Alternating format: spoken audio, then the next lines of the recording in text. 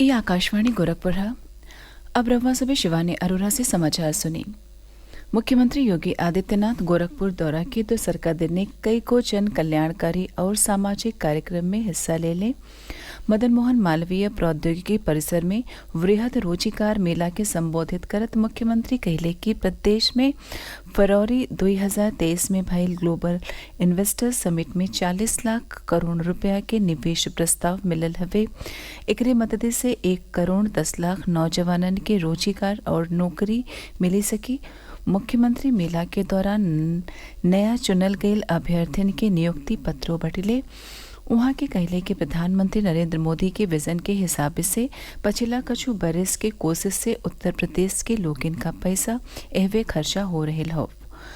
प्रदेश देश में छठवां अर्थव्यवस्था से ऊपर उठी के दूसर का बढ़न अर्थव्यवस्था बनी गईल हो।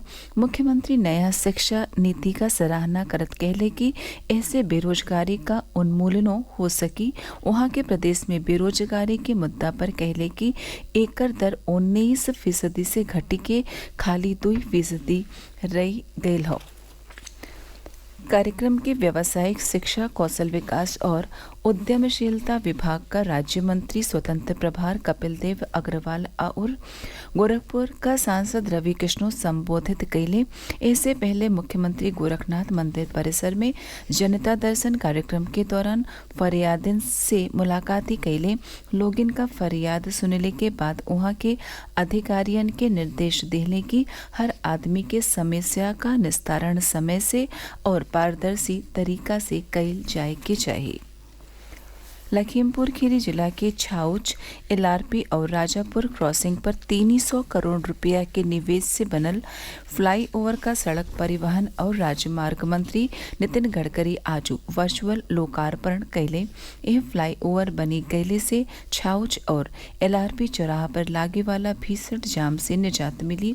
ऐसे लखीमपुर खीरी और सीतापुर जिला के बीच यातायात में सुगमता आई, जिससे व्यापार में बढ़ोतरी हुई। राजापुर चौराहे पर रेलवे ओवरब्रिज बनने से लखीमपुर में सड़क की सुरक्षा के साथ ही यातायात में सुधार हुई।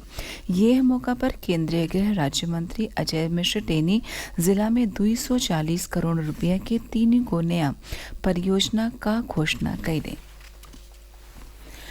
भारतीय जनता पार्टी आज प्रदेश भर में 11 फरवरी ले चले वाला गांव चलो अभियान का शुभारंभ कैल गयल हो। यह दौरान मुख्यमंत्री योगी आदित्यनाथ, प्रदेश अध्यक्ष भूपेंद्र सिंह चौधरी, प्रदेश सरकार का मंत्री, राज्य सांसद, विधायक और पार्टी का सीनियर नेता और प्रमुख कार्यकर्ता गावन में रहे। यह सज्जो लोगिन के ओरी से जनता के प्रधानमंत्री नरेंद्र मोदी के अगुवाई में केंद्र सरकार के ओरी से चलावल जा रहल कई को कल्याणकारी योजना के बारे में जानकारी दिहल जाए। प्रदेश के कई को जिलन में मौसम का मिजाज बीतल रती से अचक्के में बदली गई। कई जगह पर हल्लुकाहे बरखा से लेके गरज के साथ बौछारों पड़ल। मौसम विभाग के हिसाब से बिहनहुम प्रदेश के कई जगहनी पर बरखा के साथ गरजी चमकी और बौछार पड़ने का संभावना हो। आज गोरखपुर के सतही लग्गे के जिलों में दिन में भयल हल्लुकाही बरखा के नाते ठंडी महसूस कैल गई। पूर्वी उत्तर प्रदेश में सबसे कम न्यूनतम तापमान अयोध्या में 9 डिग्री सेल्सियस दर्ज कैल गई। तराई के पीलीभीत जिला में आज भिन्न ही हल्लुकाही बरखा के साथ ही ठंडी बेयारो चलल। मौसम में आयल बदलाव के नाते अपेक्षाकृत ढेर ठंडी महसूस कैल जा रहल हो। फर्रुखाबाद, मुजफ्फरनगर, मुरादाबाद, संभल, सहारनपुर, बदायूं, अमरोहा, उन्नाव, अलीगढ़ और श्रावस्ती के सतही कई को जिलन में बरखा भयले का समाचार मिलल हो। कुशीनगर में दिन में धाम निकलने से लोगन के ठंडी से रहती मिलल हो।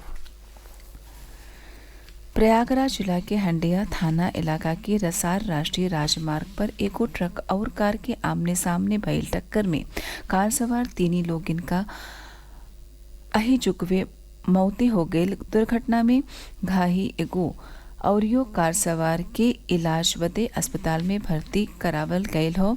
ओहर जौनपुर जिला के जफराबाद बाईपास के दरीबा गांव में एको अवरियो सड़की दुर्घटना में आज भिन्न मोटरसाइकिली सवार 3 नौजवानों बेकाबू होके मोटरसाइकिली के साथे गड्ढा में गिर गईले। तीनों के इलाज बदे जिला अस्पताल भेजल गईल, जहवा डॉक्टर 2 लोगन के मृत घोषित कई दिहले। खेल मंत्रालय समय पर चुनाव कार्यालय में फेल